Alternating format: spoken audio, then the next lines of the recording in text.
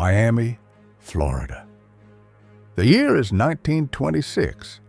Palm trees sway in the warm ocean breeze. Luxury hotels rise along the coastline. Real estate offices are packed with investors. Every day, people arrive from New York, Chicago, and Boston carrying cash and dreams. Because in the 1920s, Miami has become something extraordinary.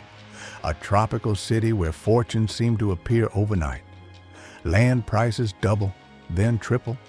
Sometimes in just a few weeks. People buy property they have never even seen. They buy it from maps, from brochures, from promises. Everyone believes the same thing. Miami will become the greatest resort city in America. But behind the excitement, behind the construction and speculation, something dangerous is forming. Because the boom is fragile. And in September 1926, nature will deliver a shock powerful enough to break the illusion. Only a few decades earlier, Miami was barely more than a small settlement on the edge of the American frontier. In the late 1800s, the area was still dominated by thick mangrove forests, swamps, and narrow dirt paths. A handful of wooden houses stood near the shoreline, surrounded by tropical vegetation and open wilderness. Life here moved slowly. Fishing boats drifted along the coast, and small farms dotted the surrounding land. Everything began to change when the railroad finally reached South Florida. When rail lines connected Miami to the rest of the United States, the city suddenly became accessible to travelers and investors from the north. What had once been an isolated tropical outpost was now only a train ride away from some of the richest cities in America. Tourists began arriving during the winter months, escaping the cold climates of places like New York and Chicago. They came searching for warm sunshine, ocean air, and palm-lined beaches. Hotels appeared along the coastline. Boardwalks stretched along the water. Small streets slowly filled with shops, restaurants, and guest houses. Developers quickly realized that Miami had something powerful to sell: the image of paradise. Brochures described endless sunshine, luxury resorts, and a glamorous tropical lifestyle. Investors began imagining what the city could become. At first, the transformation was gradual, but as the 1920s began, that quiet growth would turn into something much bigger. A boom that would transform Miami almost overnight. By the early 1920s, Florida, and especially Miami, becomes the center of one of the most dramatic real estate manias in American history.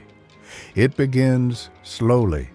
Developers promote Florida as a tropical paradise where wealthy Americans can escape cold northern winters. Advertisements appear in newspapers across the country showing palm trees, beaches, and elegant resorts. But soon the idea spreads far beyond tourism. People begin buying land not to live on it, but to resell it for profit.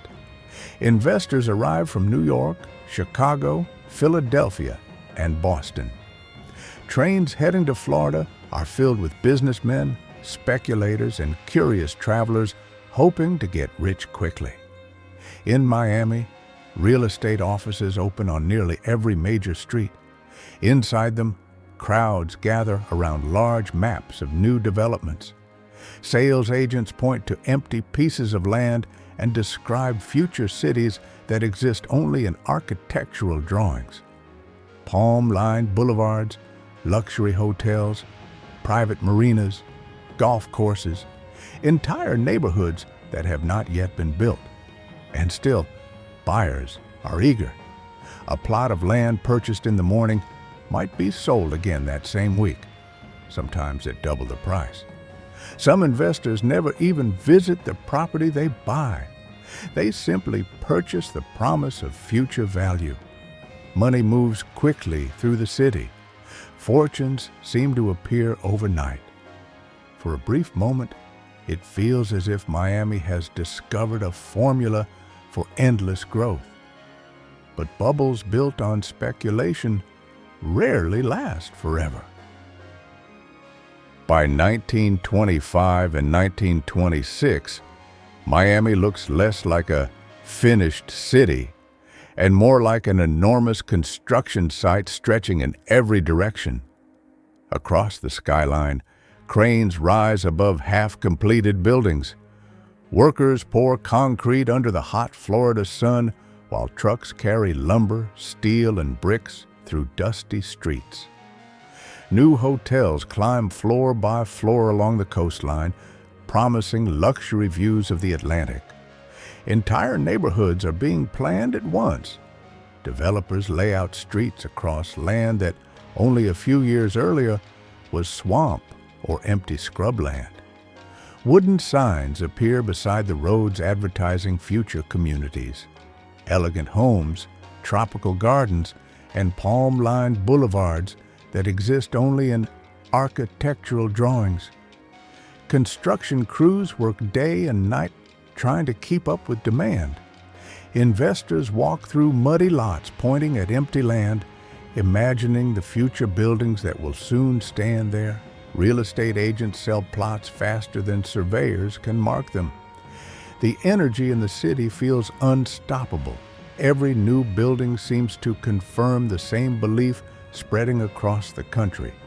Miami is not just growing, it is transforming into the next great American city. By early 1926, Miami still looks like a city racing toward an unstoppable future.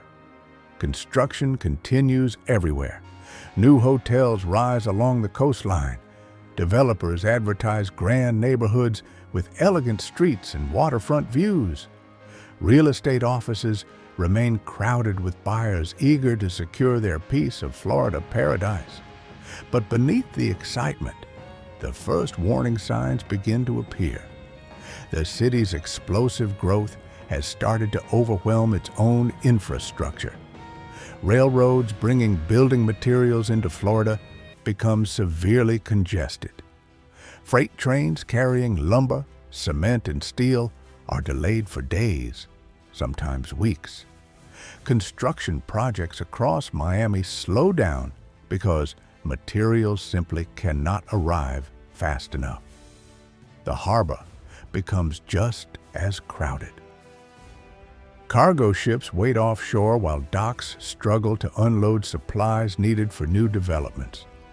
Developers who promised fast construction now face delays. At the same time, land prices have risen so quickly that some investors begin hesitating. Plots that once sold instantly now sit on the market longer than expected. Speculators who bought property hoping to flip it within days suddenly discover that finding the next buyer is becoming harder. Quiet conversations begin spreading among bankers and real estate agents. Is the boom slowing, or is this only a temporary pause? Most people choose to believe the second explanation. After all, Miami still looks like a city destined for greatness. Palm-lined streets, luxury hotels, sunshine, and ocean views. To many investors across America, it still seems impossible that the boom could end. But far out over the Atlantic Ocean, forces are already gathering that will test that belief in ways no one in Miami is prepared for.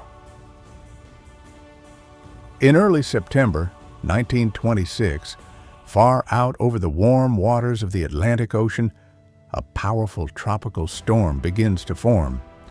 At first, it seems like just another storm moving across the Caribbean, something sailors in coastal towns have seen many times before. Weather forecasting in the 1920s is still limited. Meteorologists rely on ship reports, barometers, and scattered weather stations to track storms across the ocean. Information travels slowly. Predictions are uncertain. In Miami, most residents pay little attention to the early warnings. The city is too busy. Construction continues across new neighborhoods. Real estate offices remain crowded with investors signing contracts and exchanging money. Hotels are filled with visitors escaping northern winters. For many people, Miami still feels like the center of opportunity, but hundreds of miles away, the storm continues strengthening. Warm ocean waters feed its growing circulation. Wind speeds increase. Pressure drops. Weather observers across the Caribbean begin sending more urgent reports. Ships passing through the region describe enormous waves and violent winds. Gradually, meteorologists realize something troubling. The storm is not weakening. It is growing larger, more organized, more powerful, and the projected path now points directly towards southern Florida. Still, few people in Miami truly grasp what is coming, because the city has spent the past several years believing in one powerful idea, that nothing can stop its rise. But nature is about to test that belief. By mid-September 1926, the atmosphere in Miami begins to change. At first, the signs are subtle. The air becomes heavier than usual. The sky takes on a strange gray color over the Atlantic. Waves grow larger along the coastline. Weather reports arriving by telegraph warn that a powerful hurricane is moving across the Caribbean. Some residents begin to pay attention. Barometers in offices and homes start dropping quickly. One of the clearest warnings that a major storm is approaching. Local newspapers print cautious headlines. Dock workers along the harbor tie ships more tightly to the piers. Fishermen begin pulling their boats out of the water. But across the booming city, many people still struggle to believe the danger is real. Construction continues on half-finished hotels and apartment buildings. Real estate offices remain open. Investors still talk excitedly about future profits. After all, Miami has been growing so quickly that many residents feel almost unstoppable. Yet along the beaches, the wind slowly begins to rise. Palm trees start swaying harder with each passing hour. Clouds thicken across the sky. The ocean becomes rough and restless. And by the evening of September 17th, it becomes impossible to ignore what is coming. A massive hurricane is moving directly toward the city. Within hours, Miami will face the full force of one of the most destructive storms in its history.